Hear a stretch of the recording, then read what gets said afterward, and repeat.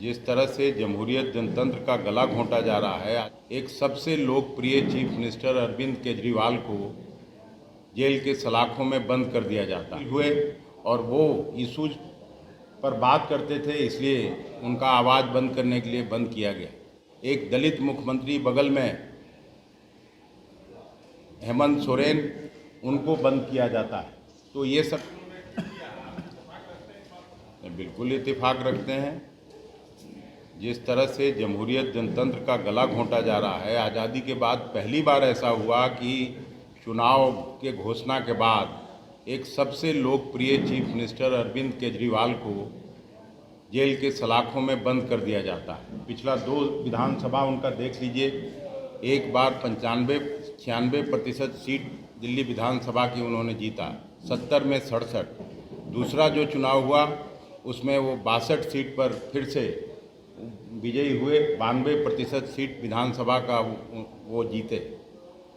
पंजाब में सरकार बनाई, महागठबंधन में शामिल हुए और वो इशूज पर बात करते थे, इसलिए उनका आवाज़ बंद करने के लिए बंद किया गया। एक दलित मुख्यमंत्री बगल में हेमंत सोरेन, उनको बंद किया जाता है। तो ये सब क्या है? ये जमहूरियत और जनतंत्र में ऐसा कभी होता नहीं था। ये पहली बार इस तरह की घटना हो रही है जब अपोजिशन पार्टीज़ के लीडर इशूज़ की बात करते हैं, इशू उठाते हैं, सवाल पूछते हैं प्रधानमंत्री से, तो उनका आवाज़ बंद करने के लिए ऐसा काम किया जा रहा है। उसी तरह से ये 400 पार की बात करते थे। 400 पार का क्या मतलब? 300 कुछ सीट आया था पिछली बार भारतीय जनता पार्टी के गठबंधन को। तो आप 400 इसलिए कर रहे हैं कि आप संविधान बदलना चाहते हैं, नगपुरिया कानून लाना चाहते हैं इस देश में। तो उन लोगों ने खुद ही ये किया। हालांकि 400 पार का देश में उनकी बात को किसी ने सीरियसली लिया नहीं। 400 पार जब वो कहते थे तो लोग आपस में बात करते थे कि इसका मतलब अगर गलती से आ गए मोदी जी तो डीजल पेट्रोल का दाम 400 पार हो जाएगा।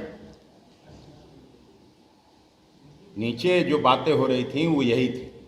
धन्यवाद।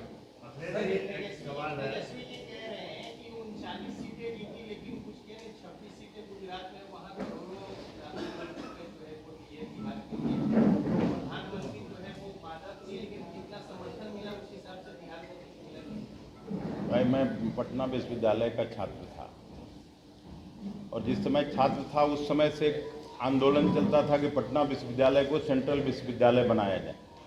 नीतीश जी और लालू जी दोनों साथ संघर्ष करते थे। आज नीतीश जी के साथ डबल इंजन की सरकार है। पटना विश्वविद्यालय आज भी सेंट्रल विश्वविद्यालय नहीं बन पाया।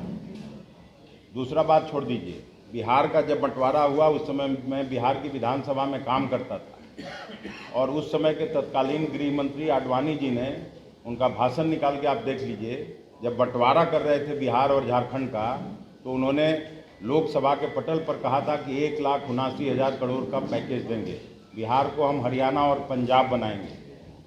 पैकेज मिला क्या? उसके बाद यहीं भोजपुर में या कहीं याद नहीं है, Modi ji as a prime minister आए थे और उन्होंने 1,25,000 करोड़ का पैकेज का घोषणा किया था। स्पेशल स्टेटस के दर्जे की बात लगातार मुख्यमंत्री नीतीश कुमार उठाते रहे। वो मिला क्या? 2 करोड़ लोगों के रोजगार देने की बात होती थी। 20 करोड़ नौजवानों को रोजगार मिल जाता अगर वो बात में कोई दम रहता। हमसे जुड़े रहने के लिए हमारे YouTube चैनल को सब्सक्राइब करें और नई वीडियो की नोटिफिकेशन के लिए बेल आइकॉन को दबाएं।